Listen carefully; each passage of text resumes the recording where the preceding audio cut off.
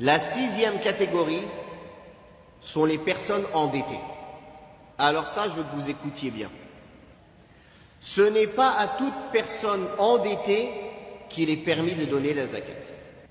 Il y a 3 conditions pour que l'on puisse donner la zakat à une personne endettée. 3 conditions réunies. Il faut que les 3 soient réunies. La première, c'est que la dette qu'il a prise soit pour un besoin réel, un vrai besoin. Pas juste quelque chose de permis qui n'est pas un besoin. Pas quelque chose de licite qui n'est pas un besoin. Il s'est endetté pour un besoin, pour lui ou pour les gens à sa charge. Bien sûr, quand on dit un besoin, donc celui qui s'est endetté pour faire du haram, on n'en parle même pas. On le met tout de suite de côté, lui. Donc, celui qui s'endette pour le haram, on ne lui donne pas de la zakat. Celui qui s'endette pour quelque chose qui n'est pas un besoin, qui est quelque chose de licite, mais sans être un besoin, on ne lui donne pas la zakat. Le gaspilleur qui s'endette n'importe comment pour ses plaisirs, pour acheter des téléphones ou des ordinateurs, ou pour s'endetter pour se faire plaisir, on ne lui donne pas la zakat. C'est interdit de lui donner la zakat. C'est pas valable. Voilà, c'est pas valable. C'est ça qu'il faut comprendre. C'est invalide. Celui qui lui donne la zakat, il faut qu'il ressorte zakat. C'est invalide. La deuxième condition, c'est que la dette qu'il a, elle est due sur le champ. C'est pas quelqu'un qui dit « Ah oui, mon frère, il a une dette sur une maison qu'il doit payer en 10 ans. Je lui donne la zakat. » C'est pas valide. La dette, elle est due sur le champ. C'est maintenant qu'elle doit être remboursée, tout de suite. Et non pas, elle n'est pas étalée. Si c'est une dette étalée, on ne donne pas la zakat.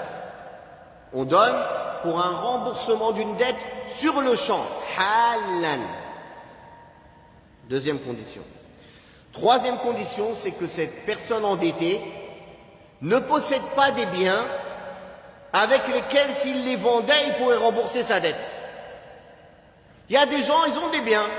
Il a une maison au bled, il a des terres, il a de l'or. Mais il prend la zakat parce qu'il est endetté. Ce n'est pas valide.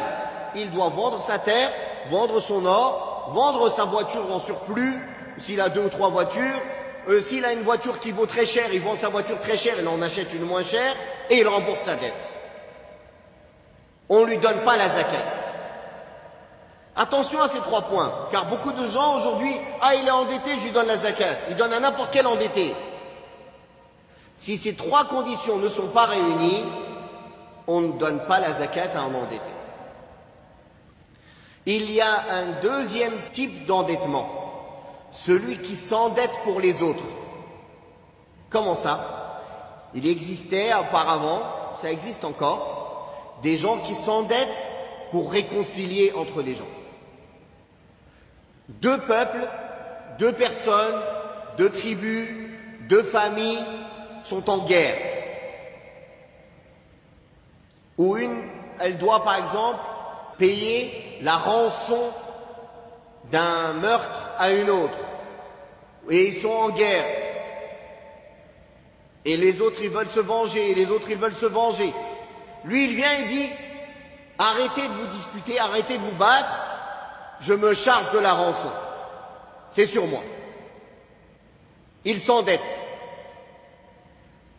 Alors s'il s'endette pour réconcilier entre des musulmans, entre des peuples, entre des tribus, et qu'il n'a pas mis l'intention au moment de s'endetter que c'était une sadaqa qu'il faisait, que c'était lui qui allait en prendre la totale charge, il a droit à la zakat de l'endetté. Comme ça encourage les gens justement à faire ce type de bonnes actions, de s'endetter pour réconcilier entre les gens. Donc, la personne endettée, il est de 2 catégories. Celle qui s'endette pour ses propres besoins ou celle qui s'endette pour autrui, pour réconcilier entre les gens. Celle qui s'endette pour son propre besoin, on a donné les 3 conditions. Celle qui s'endette pour autrui, ces 3 conditions ne le concernent pas.